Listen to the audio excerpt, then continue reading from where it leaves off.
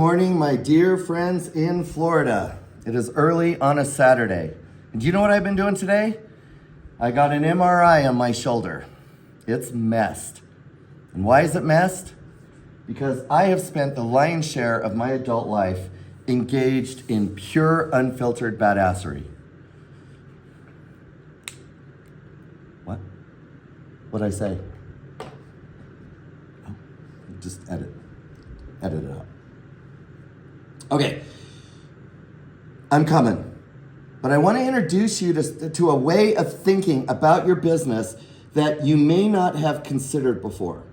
So to do that, let me illustrate. I'm going to illustrate using this. This is a real estate team. Now, this is very true for a single agent, just the same as it's true for a team. This is a sales professional that has a goal to do 120 deals. And just to make the math simple, it's a straight 10 every month. And there's no seasonality. And when I do this with organizations, we will work in all of that. Nonetheless, for easy math, I went to public school, we're just gonna do 10 a month.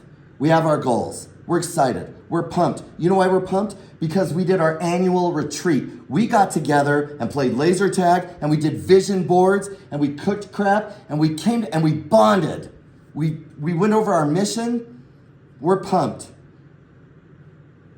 And then January starts.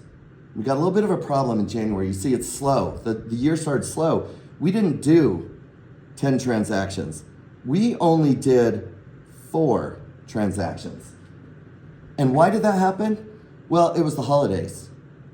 Christmas happened in December, and right before that, there was Thanksgiving. And Thanksgiving was sort of slow because of October and Groundhog's Day and all the things. I like to ask people, how far back in human history do we need to travel to find a month of December that didn't have Christmas as a part of it? All right, so that happened, right? It was slower because the holidays. People are slow in the holidays. Here's how the economics of the crazy works. This is the way I want you to think about it. This team operates off of a 40% profitability. Now, when I do this with people, I like them to use their real numbers, but for 40%, it's easy math. And roughly what that means is we're going to divide the year into 2 places. One will be one we call earn it season. Earn it. And if they're 40% profitable, that's roughly the first 8 months of the year. Those of you that are really analytical, you're like, but what about the point? Just don't worry about it. Stay with me. There's earn it season and there's profit season. I have a little fun with this. I like to spell it profit like the prophet. People are like, you spelled it wrong. And I quote Gary, if you can't make a profit, become one. Isn't that good? There's a lot of voices out there. Be very careful to who you listen to. Earn it season and profit season. Now, in earn it season, we had a slow January. We only did 4. The goal was 10. It's not a big deal. We're optimistic. We got the whole year. It's just at the beginning of the year. It was a rough January because of Christmas in December, and COVID was a few years ago, and any sitting president, it doesn't matter. All right, so we were slow in January. Here's what happens. We missed our goal by 6. So if we missed it in earn it season, we have to go subtract it from profit season. So we go down to September, and we remove 6 from the goal, and now we only have 4. In September, we're expecting to receive the full profit of 10 transactions. But based on what happened in January, there's only 4 available. Now, things got a little better. We doubled down. We got excited. We had to ramp up the year again. We came together. We started calling together in the morning. And in February, we didn't do 4. We did 6, which is better, right? We still got to do that math. So we missed the goal by 4. And what do? Straight down to the end of the year, we subtract out 4. I want you to notice that in the first 4 months of the year, we have erased 25% of profit season. It's gone. Now, Gary Keller says goals are dictators of actions. This goal is dictating actions. And one of the things that we can reverse this, by the way, the opposite can happen. Let's just say in March, this team participated in some kind of a catalyst event. Either they got together, or they started throwing events, or they doubled down on lead generation, whatever it is. They did something to propel them forward, and they got back on track. So let's say in March, they they had a better result because January and February, they really got themselves in gear. And let's say they did 12. We're now +2. See that? And so we can go back to profit season and add that back in. You know, it's really interesting. When I do this with businesses and we use their real numbers, it's not uncommon for us to learn you're not going to get any profit. All you're doing is working for wages. And that is not the way to build an impactful business. Now, I want to share a story with you, and I want to talk about this catalyst event.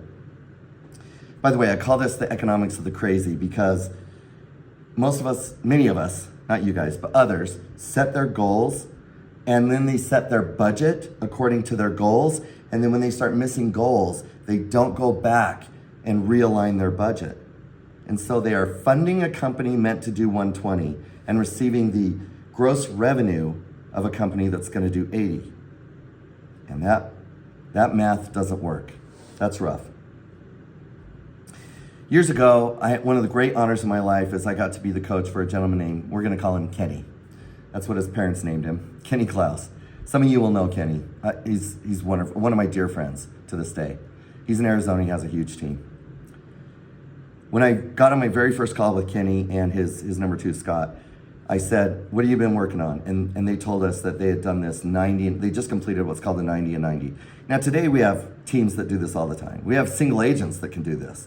But back then, a guy named Craig Rieger, who I also had the privilege of coaching, Craig had created this crazy goal. We're gonna get 90 listings in 90 days and built this program. And Craig failed, he only got 89, but it changed the way we look and talk about real estate. So Kenny, how did your 90 and 90 go? Terrible, it was awful. Okay, like what? Utter failure, complete failure. Now look, you show me a business that is in rapid decline.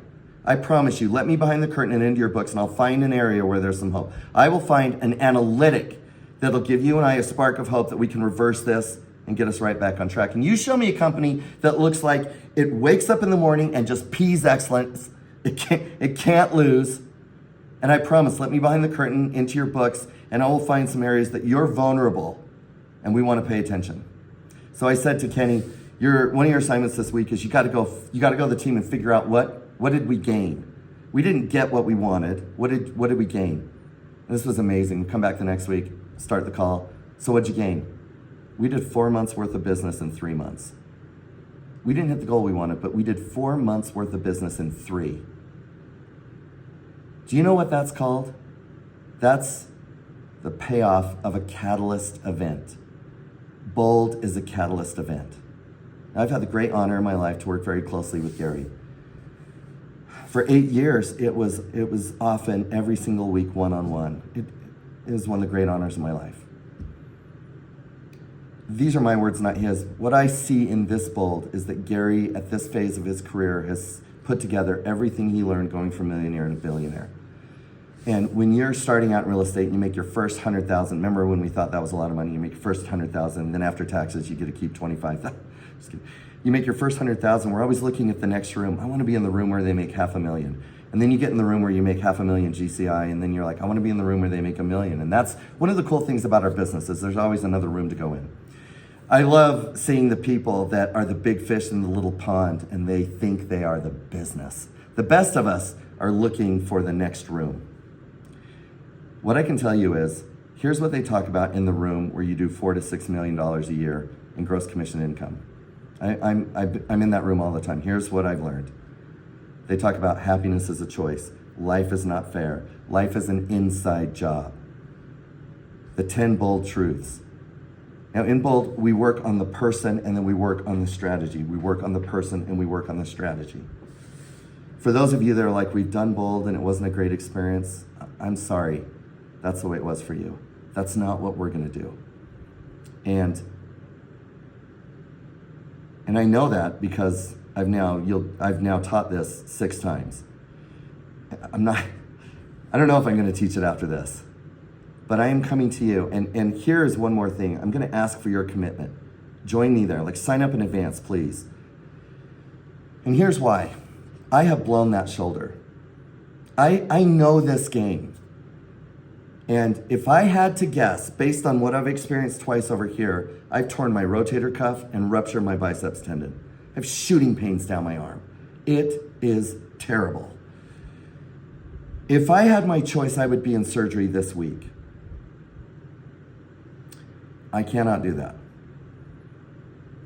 I get to live with this until we are done with our 6 weeks of Bold. I'm going to sacrifice the first part of ski season. That's real sacrifice. So I can come and do Bold with you. I don't have to. We have an amazing Bold team. I know that if I raise my hand, instead I have to go into for surgery, will someone cover me? You would have some of the best instructors in the world just step right up. I just want to do this with you. And so I'm going to live in physical hell till the end of Bold, because this work we do is important. So I have little patience for the person that's like, no, it's just not my season, or I don't want to do it, or I once had a bad experience.